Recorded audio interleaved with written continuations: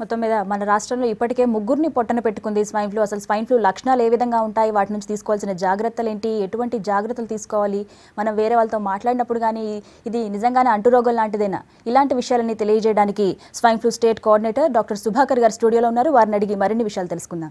నమస్కారం సుభాకర్ గారు. ముందుగా అసలు స్వైన్ ఫ్లూ లక్షణాలు ఏ విధంగా ఉంటాయంటారు? అంటే ఫ్లూ లక్షణాలు ఏదైనా ఒక రకంగానే ఉంటాయి. ముందుగా నేను చెప్పబోయేది ఏంటంటే, ప్రస్తుతం మన రాష్ట్రంలో నమోదవుతున్న స్వైన్ ఫ్లూ కేసులకి 2009 సంవత్సరంలో నమోదైన స్వైన్ ఫ్లూ కేసులకి చాలా వ్యత్యాసం ఉంది. అప్పుడు 2009 సంవత్సరంలో మనం ఆ వైరస్ కొత్తగా వచ్చిన వైరస్, మన భారతదేశంలో కానీ మన రాష్ట్రంలో కానీ అలాంటి వైరస్ లేదు. మొట్టమొదట హైదరాబాద్లో ప్రవేశించింది. ఎప్పుడైతే కొత్త వైరస్ వస్తుందో దానికి మనకు రోగనిరోధక శక్తి ఉండదు కొత్తగా వచ్చినప్పుడు. దానివల్ల ఎక్కువ దాని బారిన పడటం, ఎక్కువగా అది వ్యాపించటం, ఎక్కువ మంది చనిపోవడం జరిగింది. అయితే అదృష్టవశాత్తు 2010 సంవత్సరంలో ప్రపంచ ఆరోగ్య సంస్థ ఈ స్వైన్ ఫ్లూ పాండమిక్ అనేది అంతరించిపోయిందని చెప్పింది. అయితే వైరస్ అయితే అంతరించలేదు. వైరస్ అనేది మన వాతావరణంలో అంతర్భాగం అయిపోయింది. సాధారణంగా వాతావరణంలో ఆ సీజన్లో ఏ వైరస్ ఉందో ఆ వైరస్ బట్టి మనకు ఫ్లూ వస్తుంది. ఇదివరకు సాధారణ ఫ్లూ వైరస్ అయితే ఇప్పుడు స్వైన్ ఫ్లూ వైరస్. కాబట్టి స్వైన్ ఫ్లూ అనేది సాధారణ ఫ్లూ స్థాయికి చేరిపోయింది. ముందుగా మనం భయపడాల్సిన అవసరం లేదు. ఈ లక్షణాలు ముఖ్యంగా దగ్గు రావటం, జలుబు, ముక్కు దిబ్బడేయటం, గొంతు నొప్పి ఉండటం, తీవ్రంగా జ్వరం రావటం, తలనొప్పి, ఒళ్ళు నొప్పి, బాగా నీరసంగా ఉండటం, కొంతమందిలో వాంతులు విరోచనాలు కూడా ఉండొచ్చు. అంటే ఈ లక్షణాలు ఉన్న వాళ్ళందరూ కూడా ఫ్లూ ఉన్నట్టు భయపడాల్సిన అవసరం లేదు.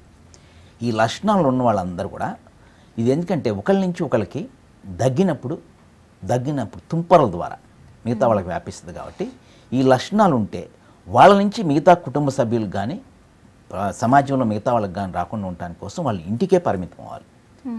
బయట బహిరంగ ప్రదేశాలకు వెళ్ళకూడదు. ఒకవేళ తప్పనిసరి పరిస్థితుల్లో వెళ్ళవలసి వచ్చినట్టయితే వాళ్ళు ఒక మాస్క్ ధరించడం కానీ, లేదా దగ్గినప్పుడు తుమ్మినప్పుడు నోటికి గొడ్డాడ్డు పెట్టుకోవడం కానీ ఒకటి పెట్టుకోవాల్సిన అవసరం ఉంది. అది పెట్టుకోవడం ద్వారా వాళ్ళ నుంచి మిగతా వాళ్ళకి రాకుండా కొంతవరకు కాపాడవచ్చు.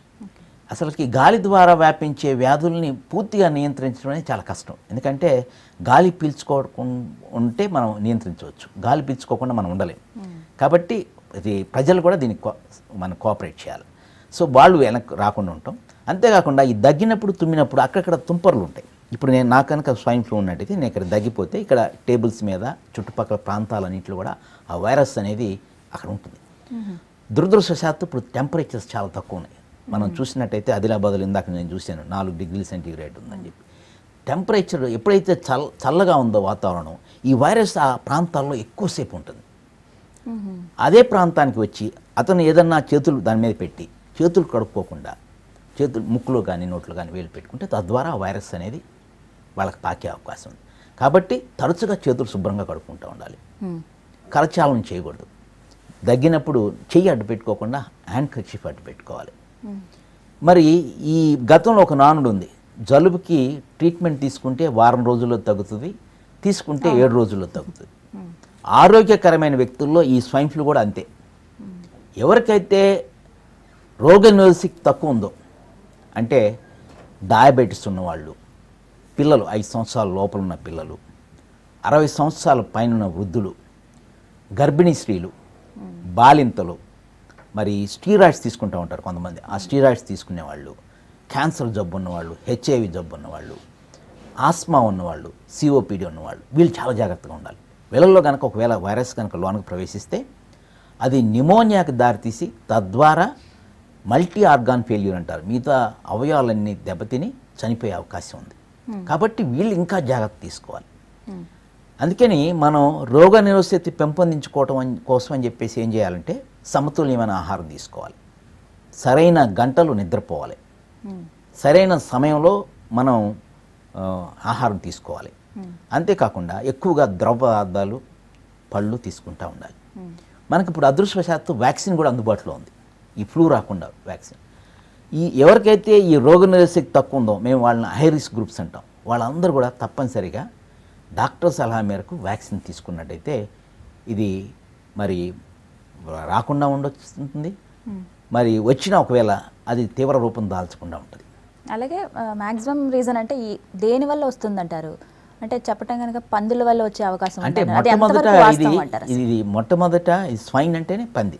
స్వైన్ పందుల నుంచి మనుషులకు వచ్చింది, ఆ దశ దాటిపోయింది. ఇప్పుడు కేవలం మనుషుల నుంచి మనుషులకి అవుతుంది. అందుకని దాని మొదట్లో స్వైన్ ఫ్లూ అన్నారు. ఇప్పుడు స్వైన్ ఫ్లూ అనకూడదు, దాన్ని H1N1 ఇన్ఫ్లుయెన్జా అనాలి సాంకేతికంగా. అయితే అది పందుల్లో ఉన్న వైరస్ ఏంటంటే ఈ ఫ్లూ వైరసెస్ ఏమిటంటే దానికి రూపాంతరం చెందుతూ ఉంటాయి.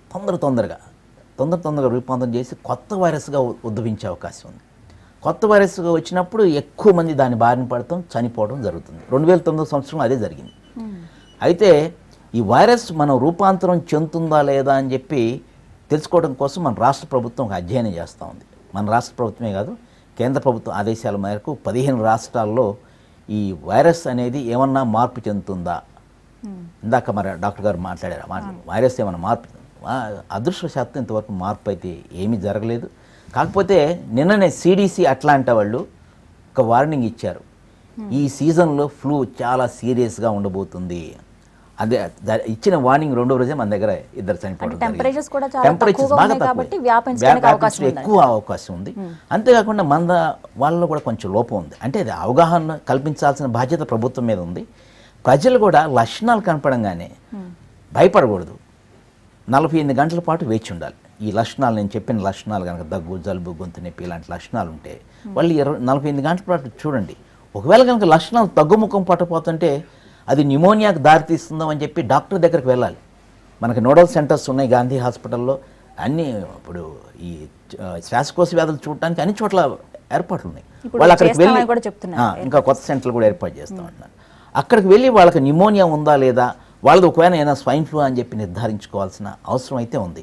ఆ దిశగా మనం అవగాహన పెంపొందించాల్సిన అవసరం అయితే ఉంది. అంటే మ్యాక్సిమం పబ్లిక్లో తిరిగేటప్పుడు నోటికి ముక్కుకి మనం ఒక ఇలా జస్ట్ మాస్క్ లాగా వేసుకుంటే సరిపోతుందంటారా? ఇంకా ఎటువంటి జాగ్రత్తలు తీసుకోవాలి? ఇప్పుడు మనకన్నా ముందున్న పర్సన్, లేకపోతే ఆ చైర్లో కానీ బస్సులో తిరిగే వాళ్ళు కానీ తనకు ఉందో లేదో మనకు తెలియదు, తను అక్కడ తుమ్ముంటాడు, ఆ వైరస్ అంతా అక్కడ వ్యాపించి ఉంటుంది.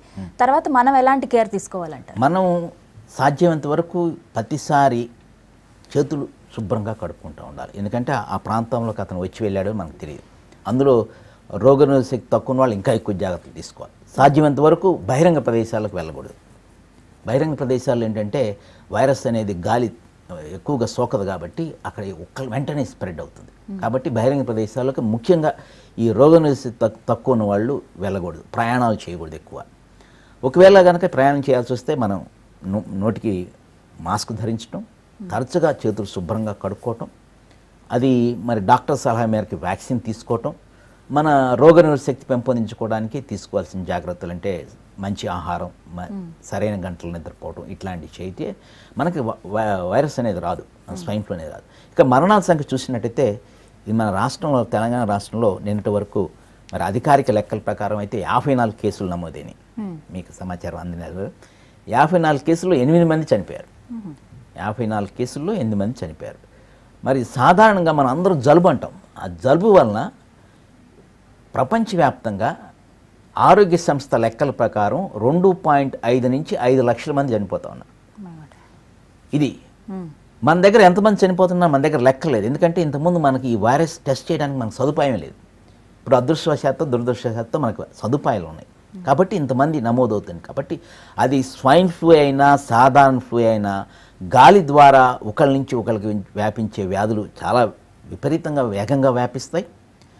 ఒకవేళ కనుక లక్షణాలు ఉంటే మనం వెంటనే జాగ్రత్త తీసుకొని దానికి సంబంధించిన ట్రీట్మెంట్ తీసుకోవటం, సరైన సౌకర్యం దగ్గరికి వెళ్ళటం, ఉన్నదా లేదా నిర్ధారించుకోవటం, అట్లనే రాకుండా ఉండటానికి నేను చెప్పిన జాగ్రత్తలు పాటించినట్టయితే స్వైన్ ఫ్లూతో మన రాష్ట్రంలో ఒక్కళ్ళు కూడా మరణించే అవకాశం లేదు. అంటే ఇందాక మనం చూసాం ప్యాకేజ్లో కావచ్చు, మీకు తెలిసిన లెక్కల ప్రకారంగా చూస్తే హైదరాబాద్లో వరకు ఇక్కడ వరకు ఓకే, కొన్ని సపరేట్గా కొన్ని కేంద్రాలు కూడా ఏర్పాటు చేస్తామంటున్నారు లక్షణాలు తెలుసుకోవడానికి ఎవరికైనా అనుమానం ఉంటే కనుక. ఇక మిగతా ప్రాంతాల్లో ఎలా ఉంది? మిగతా టౌన్స్లో, మిగతా సిటీస్లో తెలంగాణ అంటే ఇప్పుడు మనం ఫ్లూ లక్షణాలు ఉన్న వాళ్ళందరినీ కూడా మనం టెస్ట్ చేయట్లా. ఫ్లూ లక్షణాలు ఉన్న వాళ్ళందరినీ టెస్ట్ చేస్తే 54 కాదు 1,00,000 మంది ఉంటారు.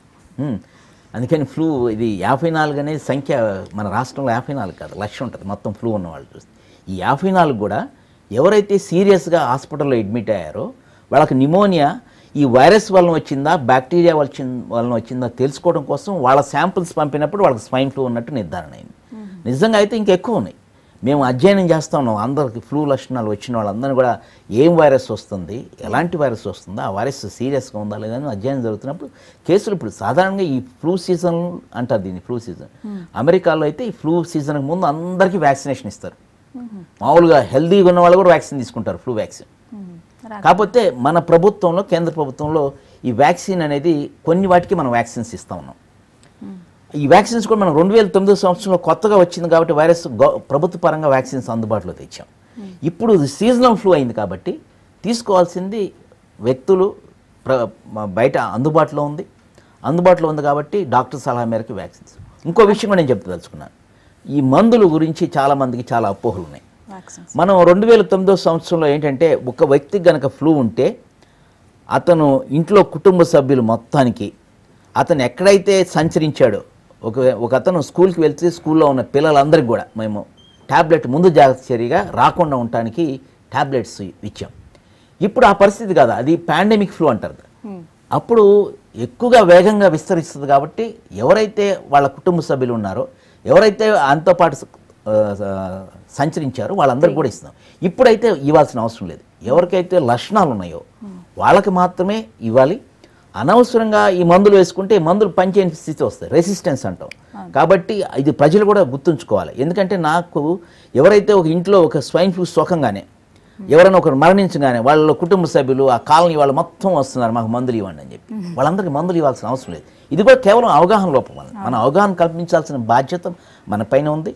అట్లనే అందరూ కూడా దీంట్లో వాళ్ళు పాలు పంచుకోవాలి. కేవలం ప్రభుత్వాలు ఇప్పుడు లక్షణాలు ఉన్న వాళ్ళని ఇంట్లో నుంచి బయటకు రావద్దు అంటున్నాం. ప్రతి ఇంటి దగ్గర మనం ఒక పోలీస్ వాడిని పెట్టి ఆయన బయటకు రాకుండా మనం ఉంచలేము. కాబట్టి ప్రజల్లో కూడా వ్యక్తిగత క్రమశిక్షణ అని రావాలి.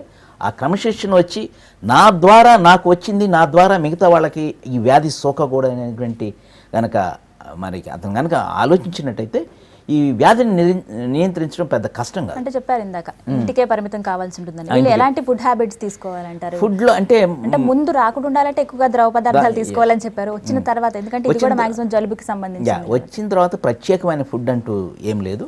సాధ్యమంత వరకు అతని నుంచి మిగతా వాళ్ళకి రాకుండా ఉండటానికి ఇంట్లో ఉన్నట్టయితే ఒక రూమ్కి పరిమితం అవటం, మరి బయటకు రాకుండా ఉండటం, చేతులు శుభ్రంగా కడుక్కుంటూ ఉంటాం, మరి దగ్గినప్పుడు నోటికి ఏదన్నా గుడ్డాడ్డు పెట్టుకోవటం, ఇట్లాంటి చేస్తే అప్పుడున్న పరిస్థితి లేదు. 2009 సంవత్సరంలో అతను దగ్గి ఎదురుగా పక్కన పోయిన వాళ్ళందరికీ కూడా వచ్చింది.